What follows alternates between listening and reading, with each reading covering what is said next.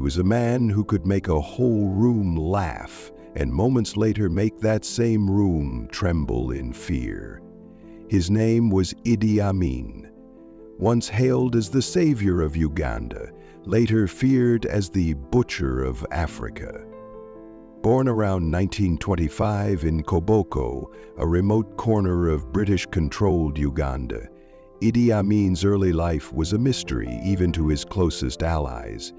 He had little formal education, but what he lacked in schooling, he made up for in raw strength and ruthless ambition. Joining the King's African Rifles, a regiment of the British colonial army, Amin quickly rose through the ranks. He was praised for his fearlessness in battle, but behind his smile lurked a thirst for power that could not be satisfied.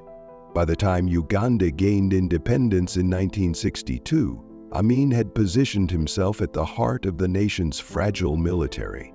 In 1971, when President Milton Obote left the country for a conference, Idi Amin seized his chance. With a swift and bloodless coup, he declared himself president of Uganda, to the cheers of thousands who believed he would lead them to a brighter future.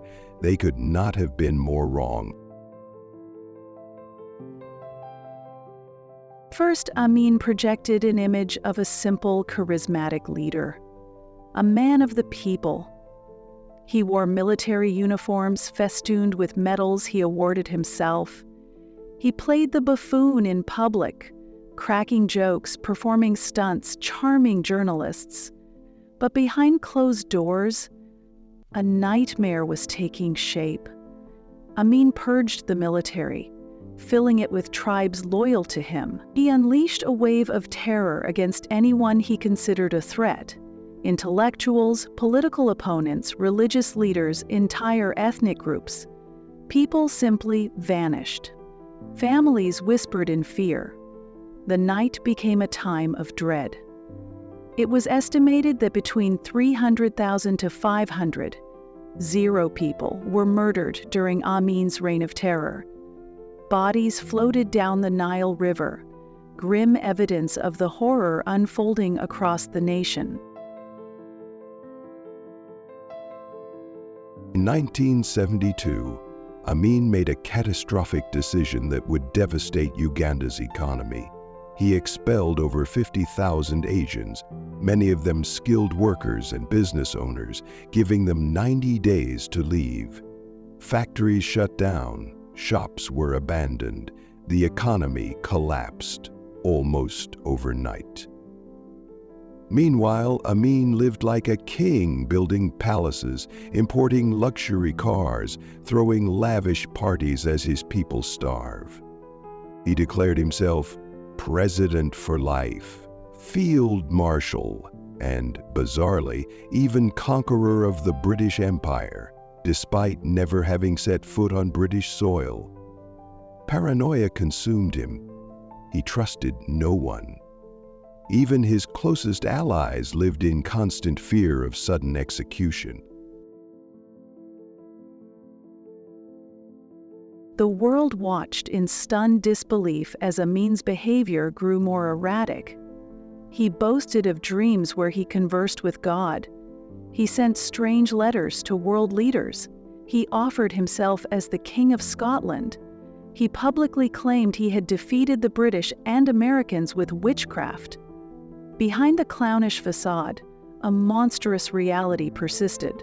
Torture chambers, secret police, and mass graves became the hidden machinery of his rule. Uganda, once a promising young nation, was transformed into a land of fear, silence, and suffering.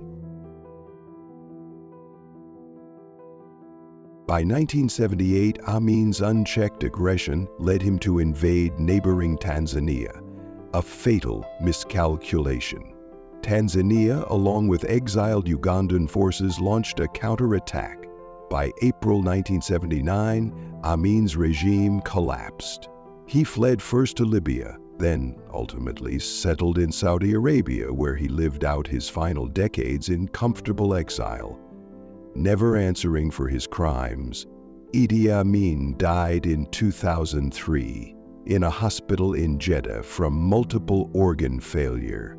He showed no remorse, no apology, only silence. Today, the name Idi Amin remains synonymous with cruelty, madness, and megalomania. His brutal rule devastated Uganda, leaving scars that took generations to heal.